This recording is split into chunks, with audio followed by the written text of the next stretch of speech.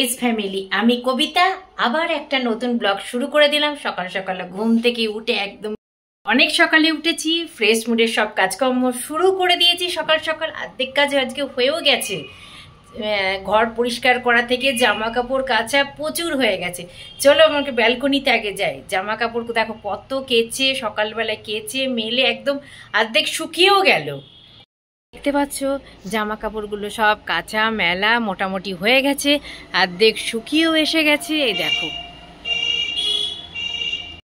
ঘরে নিয়ে যাচ্ছি, দেখো ঘরদোর পুরো একদম ঝকঝকে তকতকে পরিষ্কার হয়ে গেছে। বিছানা টিছানা একদম নিট অ্যান্ড ক্লিন এবং নতুন চাদর টাদর পেতে একদম জানলা দরজা খুলে এবার যাব সব কাজকর্ম করতে।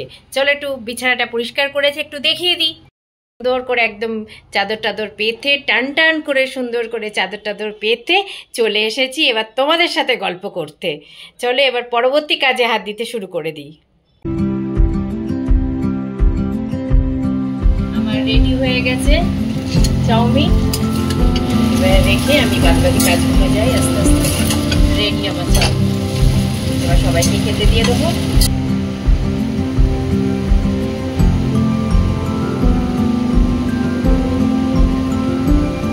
একদম রান্নাবাড়ি সেরে রেডি হয়ে সেজে গুজে বেরিয়ে পড়েছি মা মেয়েতে। কোথায় যাচ্ছি? মেয়ের আজ থেকে এক্সাম শুরু হয়েছে, তাই মেয়েকে স্কুলে দিতে যাচ্ছি, সেই জন্য একদম রেডি টেডি হয়ে বেরিয়ে পড়েছি। 10:30 তো বেজেই গেছে, চলো তাড়াতাড়ি করে যাই, দিয়াকেও একবার দেখিয়ে দিই তোমাদেরকে। এই দেখো পরীক্ষা দেওয়ার জন্য একদম রেডি হয়ে গেছে। চলো তাড়াতাড়ি করে দিয়ে আসি, দিয়ে আবার বাড়ি ফিরতে হবে, আবার আনতে যেতে হবে, অনেক পরপর কাজ আছে। আগে চলো দিয়ে আসি। অটোতে বসে পড়েছি, মা মেয়ে দুজনে মিলে অটোতে বসে পড়েছি। রাস্তায় খুব জ্যাম, উফ আর ভালো লাগছে না এখানে। একটু একটু বসে একটু আরাম করি। বাইরে প্রচুর গরম, সকাল থেকে ঠান্ডা দেয়, বেলার দিকটা যে প্রচুর গরম বলবো। চলো আগে যাই দিয়ে আসি। ঠান্ডা ঠান্ডা বাইরে হাওয়া দিচ্ছি, অথচ আবার রোদ আছে, বেশ ভালোই লাগছে। বাইরে থেকে এসেই এই গাছের তলায় একটু এসে বসলাম, খুব গরম লেগে গেছে। ভাবলাম যাই গাছের একটু মুক্ত বাতাসে একটু হাওয়া খেয়ে তারপরে ঘরের দিকে যাব, তাই এখানে একটু বসলাম। 5 মিনিট বসেছিলাম।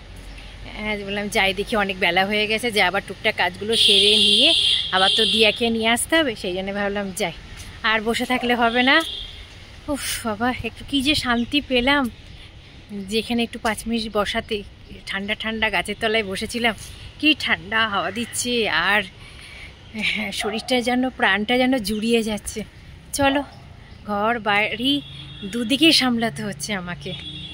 চলো আস্তে আস্তে, এর নামই বোধহয় নারীরাই একমাত্র পারে, ঘরেও যেরকম সামলাতে পারে বাইরেও তেমন সামলাতে পারে। সেই জন্যই বোধহয় আজকে আমরা নারী সব দিকে পারদর্শী। চলো আর কি বলবো, এবার যাই ঘরের দিকে যাই। চলে এসেছে করে একদম রান্নাঘরে চলে এসেছি, প্রচুর কাজ ছিল আর মাঝখানে আর ক্যামেরা ধরতেই পারিনি। তা আজকে কি কি রান্না করলাম তোমাদেরকে এক ঝলক দিই। প্রতিদিন তো রান্না দেখাই, আজকে কি কি রান্না করেছি তোমাদেরকে দেখিয়ে দিচ্ছি। এক হাঁড়ি ভাত রয়েছে, জলপাইয়ের চাটনি শেষ পাত দিয়ে আজকে শুরু করেছি রান্নাটা। এটা রয়েছে কি শাক ভাজা, এখানে আলু কুমড়ো দিয়ে একটা ভাজা, একটা ভাজা ভাজা করেছি, একটু তরকারির মতন করেছি। আর রয়েছে, এটা রয়েছে লোটে মাছের ঝুড়ি, মোচার তরকারি। চলো এবার আমরা সবাই মিলে খাওয়া দাওয়াটা সেরে নিই, বেলাও হয়ে গেছে অনেক, খেতে দিয়ে দিই। খাওয়া টাওয়ার পরে আবার তোমাদের সাথে আসছি গল্প করতে। গুড আফটারনুন ফ্রেন্ড, একেবারে চলে এসেছি রান্নাঘরে। চায়ের জল বসিয়ে দিয়েছি, একটু চা করব বলে। দিয়ার পড়াশোনা ছিল, দিয়া পড়ে বাড়িতে ফিরলো, এবার চায়ের জল বসিয়েছি, চা করব আর দিয়ার জন্য হরলিক্স বানাবো। ঠাকুরের সন্ধ্যেটা দিলাম, এবার রেডি হব বেরোনোর জন্য। দেখো এখনো ফুলগুলো না, এখন যেহেতু একটু ঠান্ডা ঠান্ডা পড়ে গেছে, ফুলগুলো সেই সকালবেলা ঠাকুরকে দিয়েছিলাম, এখনো কেমন তাজা আছে। দেখো কি যে ভালো লাগছে দেখতে। আর গরমকাল হলে না এর ফুলগুলো পুরো শুকিয়ে যায়। চলো সন্ধ্যেটা হয়ে গেছে, এবার বেরোনোর জন্য একদম রেডি হতে হবে। চলো তাড়াতাড়ি করে রেডি হয়ে নিই। গুড ইভিনিং ফ্রেন্ড, একেবারে রেডি হয়ে সেজে গুজে চলে আসলাম ক্যামেরার সামনে। রান্নাবাড়ি সেরে একটু রেস্ট নিচ্ছিলাম, শুয়ে ঘুমাচ্ছিলাম, একটুখানি ঘুম তো আর হয় না, জাস্ট একটু রেস্ট নিচ্ছিলাম। দিয়া পড়ছিল, আমি একটু রেস্ট নিচ্ছিলাম। তারপরে এই একদম বিকালবেলা একদম রেডি টেডি হয়ে সুন্দর করে সেজে গুজে এখন যাচ্ছি টুকটাক কিছু সংসারের টুকিটাকি কিছু জিনিস আনতে। আর দেখি স্যারকে কি পছন্দ করানো যায়। স্যার তো আমাকে একটা পছন্দ করা জিনিস দিয়েছেই, আমি স্যারকে কি পছন্দ করে কিনে দিতে পারি দেখি। তবে স্যারের কিন্তু অনেক ইয়ে আছে, পছন্দ করাতে গেলে না স্যারকে অনেক সমস্যা হয়। তবে তো আজকে নিয়ে যাচ্ছি, দেখি স্যারের পছন্দ হয় কিনা। তা সবই তো দেখতে পারবেই, তবে ধীরে ধীরে দেখাবো, এখন দেখাবো না, সব আস্তে আস্তে দেখাবো। চলো আগে দেখি স্যারকে পছন্দ করাতে পারি কিনা, সেটাই হচ্ছে এখন বড় সমস্যা। চলো সঙ্গে থাকো। যাই এখন ইয়েতে যাব, আরামবাগে যাব আর প্যান্টালুন্সে যাব, এই দুটো দোকানে যাব। এগুলো চলো আস্তে আস্তে করতে থেকে অনেক রাতও হয়ে যাবে। এসে আবার রান্নাবাড়ি আছে, সব কিছু খাওয়া দাওয়া আছে, সব কিছুই করতে হবে। তা এখন চলো।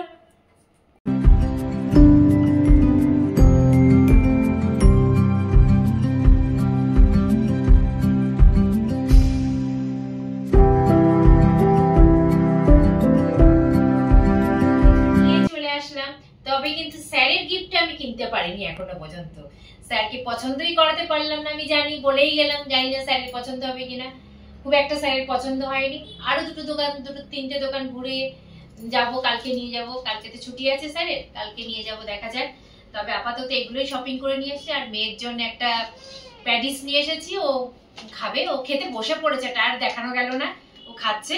আর এইগুলো আজকে শপিং করে নিয়ে এসেছি। এবার চলো জামা কাপড় চেঞ্জ করবো, আবার রুটি করতে আসতে হবে।